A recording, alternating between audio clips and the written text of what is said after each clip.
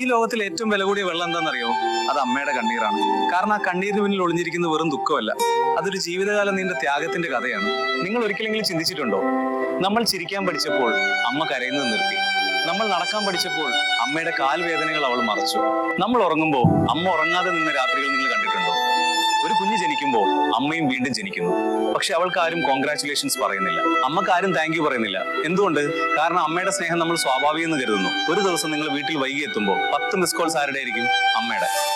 അത് നിങ്ങളുടെ കൂട്ടുകാരുടെ അല്ല, അത് നിങ്ങളുടെ ബോസിന്റെ അല്ല, അത് അമ്മയുടെ ഹൃദയമാണ്. എന്റെ കുഞ്ഞ് സുഖമായിട്ടുണ്ടോ എന്ന് ചോദിക്കുന്നു. നമ്മൾ വലിയവരാകുമ്പോൾ അമ്മയുടെ പ്രാർത്ഥനകളും വലിയവയാണ്. എനിക്കൊന്നും വേണ്ട, എന്റെ കുഞ്ഞ് സന്തോഷത്തോടെ ഇരിക്കട്ടെ. അതൊരു വാക്കല്ല, അതൊരു ജീവിത സമർപ്പണമാണ്. നമ്മൾ ഇന്ന് വിജയിച്ചാൽ ആ വിജയത്തിന് പിന്നിൽ ഒരു പേര് മാത്രമുണ്ട്: അമ്മ. നമ്മൾ തോറ്റാൽ പോലും നമ്മളെ വിട്ടുപോകാത്ത ഒരാളുണ്ട്: അമ്മ. ലോകം മുഴുവൻ നമ്മളെ ഉപേക്ഷിച്ചാലും കൈ പിടിച്ചു നിൽക്കുന്ന ഒരാളുണ്ട്: അമ്മ. ഒരു ദിവസം നിങ്ങൾ വലിയ മനുഷ്യനായി മാറും.